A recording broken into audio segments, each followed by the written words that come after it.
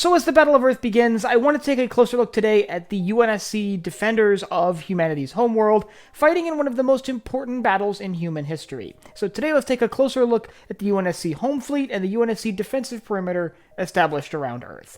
I'm Colin, and this is Sci-Fi Deep Dive.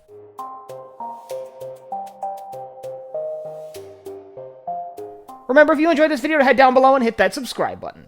Now, I know we're trying to keep things as sort of specific to the date as possible, and I really should be covering the events of the Battle of Earth today, but I plan on covering the Battle of Earth as a whole, as a battle analysis later this week. So while the Battle of Earth began on October 20th, 2552, over the weekend that just passed, we're going to focus today on some of the units involved and talk about the battle itself later this week. So before we begin, let's just kind of discuss in general what we're talking about here. The UNSC had a massive defensive fleet positioned over Earth to defend the human homeworld in the event of a Covenant attack, and that fleet was thrust into action on October 20th, 2552, when the Prophet of Regret scouting fleet arrived in the Sol system, not expecting to find very much human resistance, and instead finding the human homeworld a heavily defended fortress that they now had to crack. Standing between the Prophet of Regret and Earth was the UNSC home fleet and a vast array of defensive platforms and other sort of orbital defense elements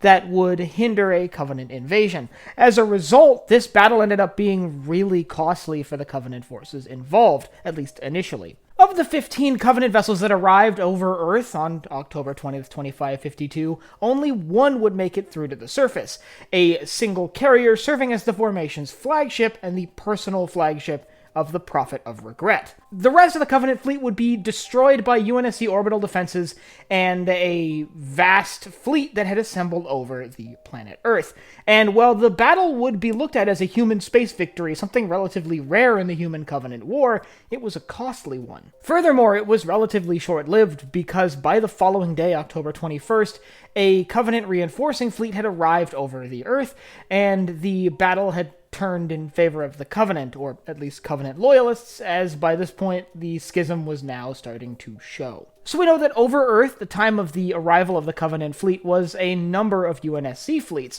At its core was the UNSC home fleet, which had been sort of cobbled together from the remnants of other units that had taken heavy losses so far in the war.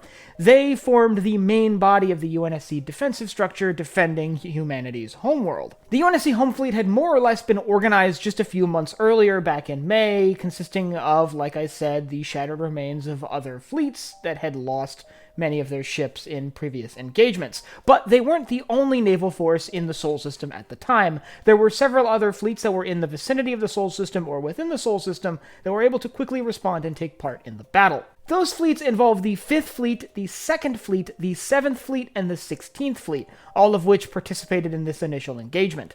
More fleets would be recalled within the following days to participate in the ongoing space battle with the arrival of Truth's fleet, but those are the fleets that were present when the Prophet of Regret's fleet arrived over the Earth. Now, we don't know the name of all of the vessels in all these fleets, obviously. This is a massive naval formation, but we do know a few of them. From the UNSC 5th Fleet, we know the name of 3 Marathon-class cruisers that participated in the battle. The UNSC Canberra, the UNSC Say My Name, which, by the way, is the vessel that the ODSTs deployed to the city of New Mombasa from following the initial space engagement, and the UNSC Feeling Lucky. From the 7th Fleet, we know the name of 3 Sharon-class frigates, the UNSC Aegis Fate, the UNSC Shyaglasa, and the UNSC Forward Onto Dawn would all participate in the initial elements of this engagement. And, by the way, all of us should know the role the Forward Onto Dawn would play, not necessarily in this segment of the Battle of Earth, but in the Battle of Voi later on, and, very crucially,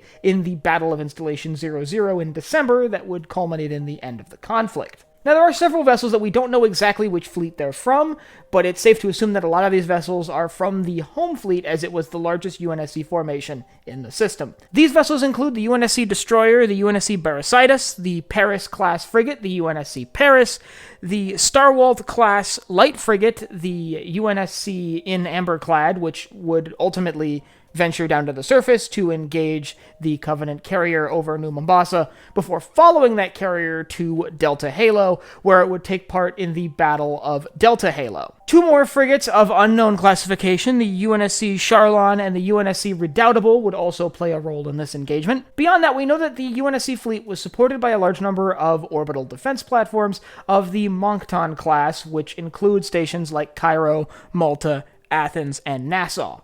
And sort of backing all this up from the logistics side would be a number of freighters, as well as orbital repair platforms, and perhaps even some orbital hangar bays to deploy light strike fighters to engage Covenant forces. All of this resulted in a strong UNSC defense that was able to successfully filter out most of the Covenant ships in the first wave of Covenant vessels to arrive over the planet. However, the UNSC forces over Earth would take a massive hit, and at the end of the day, their loss was inevitable, as the Covenant simply had more manpower and more capable warships that they could basically just keep throwing into the fray. If you'd like to learn about how this space battle played out, I'll leave a link up here to my video breaking down the space battle over Earth prior to the invasion of New Mombasa.